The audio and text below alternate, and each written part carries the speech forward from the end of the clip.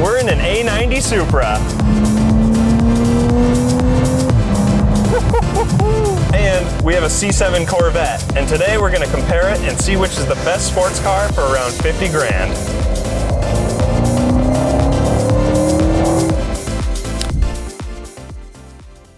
So the reason we have both of these cars is that I'm looking to upgrade. I'm currently selling my FRS. I think it's a great car, but I've kind of outgrown the lack of power. So why these two cars? It doesn't seem like they'd be very similar. One is very American. It has a very big stereotype associated with it, you know, New Balance, boomer takes or whatever. But the Supra is the new kid on the block. It's very cool. A lot of people are really interested in it. The nameplate brings back a lot of memories of very cool cars, but they're more similar than you might think. They each put around 400-ish horsepower, obviously, if you tune your Supra, which is a email and a downpipe away. They both have this super long hood, the awesome like GT styling, and they're both under 3,400 pounds, which is really what I was looking for. I know a lot of cars now are very kind of bloated, but these two are still very powerful, yet very light. So price-wise, they're actually pretty similar. You can find a really good condition Corvette C7 and a really good condition 3-liter, obviously, I'm not gonna go for the 2-liter, Supra for around 50 to 55,000. So right around that price range is what I'd be looking to spend anyways. Now, let's head back and compare the two head to head.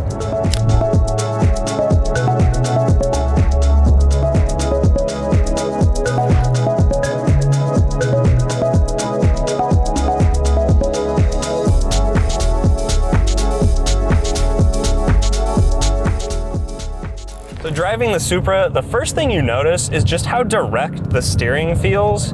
It's not super communicative. It's a very modern feeling. Your inputs are immediately translated.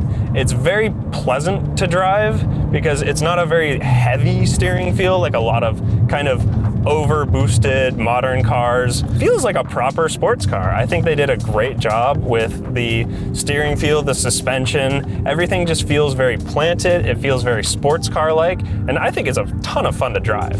So the engine is obviously the much loved BMW B58, and I really see where the people that love this engine, where they're coming from.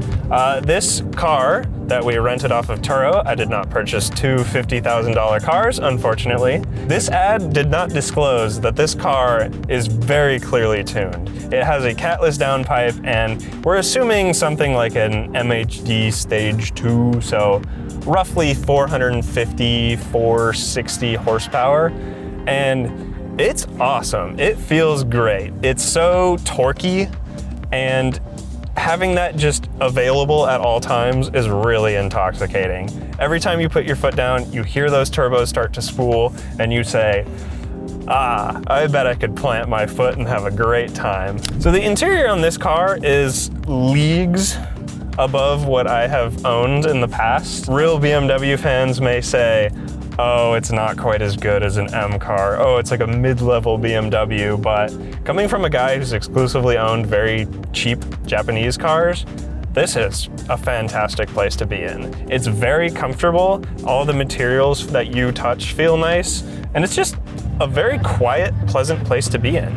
Forward visibility, I thought I would hate because the windshield is so short.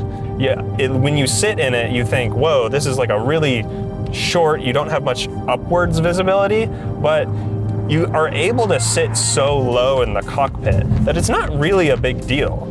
You have a clear line of sight right in the middle of the windshield. You can see 360. I'm roughly 6 foot, I round up. If I was 6'2", I probably would not like this interior as much. It's a little too low for a tall guy.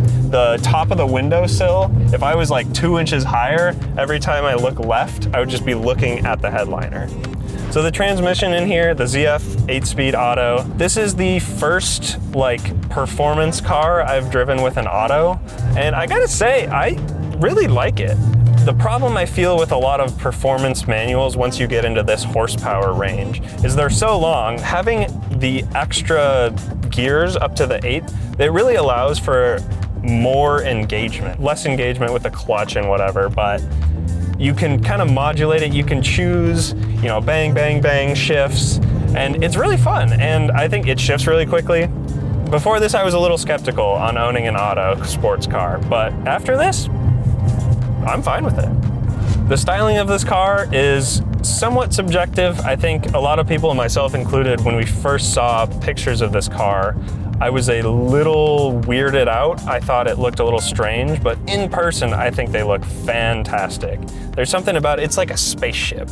You see those headlights coming up from behind you, and you're like, whoa, what is that? It's really attention grabbing. Obviously, this car is bright red and has a massive wing and a kind of ugly splitter. So it gathers a lot of attention from non-car people, but I think just general Supra styling is crazy. I think there's no other car that really looks like this, which is pretty interesting.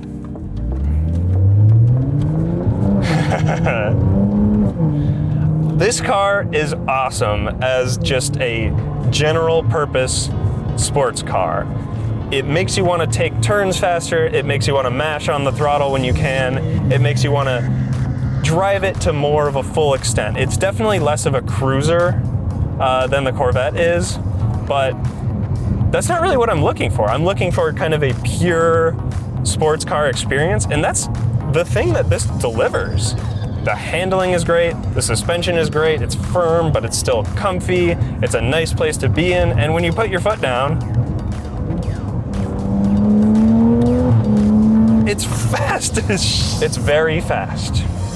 Granted, this car is tuned, but honestly, knowing that this level of performance is available for $1,000 additional dollars, like you get a downpipe, you get a tune, that's all you need, and you just have a rocket ship. It is so fast, it's so squirrely, and that's kind of what I wanted. I wanted something that's a little more aggressive, a little less planted almost, like buying a four-wheel drive sports car, you know, you're getting traction all the time, but I kind of wanted like a little, ooh, there goes the rear end. That's a fun thing in my opinion. So I think this delivers on that perfectly.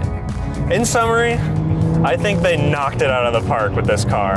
I think it's fun to drive, it's fast, it feels light on its feet. I think it's just a great sports car, and pretty much every review that I've watched of this car says that, and it's great to see that validated.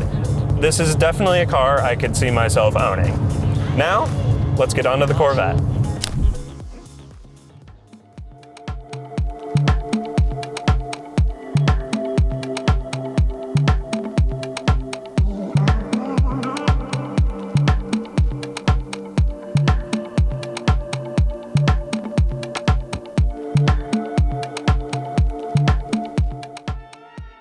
All right, we're back in the Corvette, and I'm gonna give my thoughts on it. So this is a C7 Z51 package, which is the track-oriented package for the Stingray. I particularly would like the Grand Sport just because it's wide body and it's way cooler. First thing I'd like to say is, honestly, every single review I've watched of a C7, all of the reviewers are wrong. This car is constantly called way too low, way too stiff, way too uncomfortable, and that is not what I have found. It is so unbelievably comfortable to be in. It's too comfortable, in fact. I wish it were like a little rowdier, but every time you sit down, it's like, dang, all I want to do is just take the top off and like cruise by the beach. It doesn't egg you on to really be, you know, that Corvette guy that floors it everywhere. You kind of have to have that mindset when you get into drive this. So a few major points that make it so comfortable are the interior is super cushy. I think these seats are really comfortable. You kind of fall into them, honestly. It's like sitting in, not quite a lazy boy, but they're very comfortable seats. And the suspension is, while you can tell it's a sports car, it's definitely less harsh than a lot of people say. You can tell the car is sort of transferring weight left and right. Oh, that's the star of the show. I think the engine is just awesome by itself. Even if you're not a V8 guy, Sitting at a stoplight and revving this car makes you immediately love the big American V8. It puts a smile on your face. It's really stupid. You can tell everyone around you is like, oh my God, look at this idiot and his Corvette. But it is so fun. I totally get that. The unfortunate thing about the engine is it's paired to kind of a meh manual transmission, and the gearing is just so long. You can go 70 miles an hour in second gear, you can go 70 miles an hour in third gear, you can go 70 miles an hour in fourth gear, so it almost doesn't really matter, especially with how much torque this car has. You can just put your foot down in any gear and it goes, so it takes away a little bit of the fun of driving stick, just because there's no right gear, usually. It's less engaging to drive this manual than, say, a smaller car with less power. One of the big downsides I've found is the interior of this car. I know everyone says, oh, the C7's a big step up from the C6, but if that's the case, I don't really want to see a C6 interior. This is not the best place to be. The materials are a little lackluster, and you can just tell that it's not quite put together with the same level of care, I want to say, as like a German or Japanese car. This car, I rented it off Turo. It's obviously the owner's baby. He was telling me he loves this car, you know, please don't scratch it. I did not. But this car has 21,000 miles, and you can already see just like wear and tear on the leather. The dash is kind of cracking, and it has that 3LT C7 problem. It feels like being in a rental car that you didn't really pick. And that's not, McLaren. While I'm not really a stickler for a good interior, I don't really care that much. It is a little weird to be in something that's so budget feeling base model, even though this is the fully top of the line trim. The seating position is also not great. Your eyes are really high up unless you kind of recline way back. So you're kind of looking at the top of the windshield, which doesn't really inspire confidence. I wish you could get like 3 inches lower. I think that would solve a lot of the problems with the ergonomics, but as of now, I'm kind of really far back and looking maybe 2 inches under the sunshades. So why would somebody purchase this over the Supra if they're comparing the two? I think if you want a more comfortable Grand Tourer style car, this is the one to get. If you're planning on just taking long road trips through scenic areas, take this. You can take the roof off. The roof comes off, it improves the experience so much. That's pretty much really the only use case, unless you go fully the other way and make it into a purpose-built track car. This car is really good at driving at like 0 tenths and also driving at 10 tenths, but it kind of falls apart in the middle, which is honestly a majority of the driving that people do.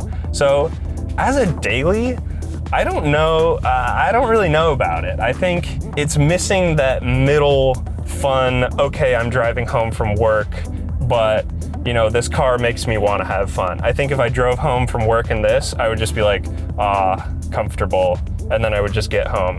But when you do put your foot down and you hear that glorious V8 noise, a lot of the flaws of this car are forgiven. So I totally get why old guys love them. It's a great place to be in.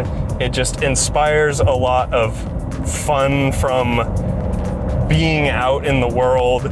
People see a Corvette go by and they say, whoa, nice car, man. Like, oh, rev it. And you just feel you're happy. It's a nice place to be, but it's not the greatest sports car. So we've come to the end of the video, and you're about to hear my thoughts on which one I prefer and which one I think you as a viewer might prefer, depending on what you're like. So in regards to the engine and transmission, I think in this case, the engine that I prefer is actually the LT1 that's found in the Corvette. I think by itself, it's very fun, but the way that it's attached to the transmission and the throttle response being so kind of delayed really brings it down. But as an engine, if you had that perfectly dialed in, it would be so unbelievably fun. It sounds great. It makes all the perfect noises when you rev it. It's great. I see why people love V8s. But for the transmission, I gotta go with the ZF 8-speed. I think it keeps you in the correct gear when you have it in sport mode, and it shifts really quickly. So it's actually fun to bang through the gears, even though it's an automatic, and it'll be nice for daily driving if you run into traffic. So gotta give big props to that. For the performance and handling, unfortunately, both will be going to the Supra. I think the steering is just so much better in the Supra. It's much more direct. It's less heavy and kind of over boosted. The Corvette steering rack feels much less precise, like you have to turn the wheel much more to match the same angle than you would in the Supra. So I think that really detracts from the experience, even though it's a very capable performance car. And the Supra is just, it feels much more nimble. It's nice to be low, it's nice to be planted, and the engine, the way it builds power with the boost, granted this is definitely tuned, it is a riot. You put your foot down, it spools up, fantastic. So I think for a sports car, the Supra is the best bet. As far as the interior goes, once again, the Supra is reigning supreme. The Corvette interior, despite being an improvement over past GM products, is still not quite up to par. The Corvette is much more open and airy, which is very fun if you're using it purely as a cruiser. But the Supra is just, it feels like a cockpit. You're really down low. It very much is a driver's cockpit. The Corvette, you're a little too high up to get that nice 180 field of view. So, and the BMW creature comforts, I've been ragging on Wes for years, but they are awesome to have. It's so nice to be in a car with actual technology. So the Corvette is very comfortable and livable, but I think the interior of the Supra really just holds up better. And for the last category, we have the swag factor. The Corvette is noticed by everybody because a lot of people think, oh, haha, cool Corvette, you know, people ask you to rev it sometimes, but the Supra is on a whole different league. It looks so unique. Obviously this one, being bright red and having a massive wing, garners a lot of attention even from non-car people, but it's definitely attention grabbing. And it's nice that it's unique. I mean, we have been driving around for the past 2 days, and we've seen, I can't even count how many Corvettes we've seen. And we saw one Supra, and it was really cool. And that was the one Supra we saw. We saw Ferraris, Porsches, whatever, tons of Corvettes, one Supra. So I think in a rarity factor, I think that helps it out, but the Supra's cooler. So I am pretty much set on having a Supra as my next car, but that doesn't mean you should discount the Corvette.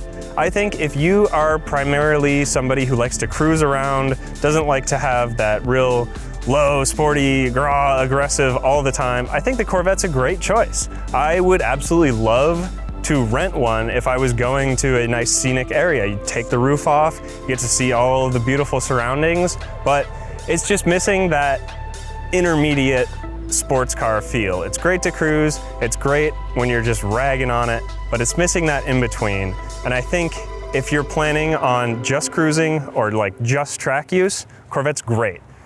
But for everything in between, I'll take the Supra. If you enjoyed the video, make sure to like, comment, and subscribe, and be on the lookout for potential Supra content coming your way.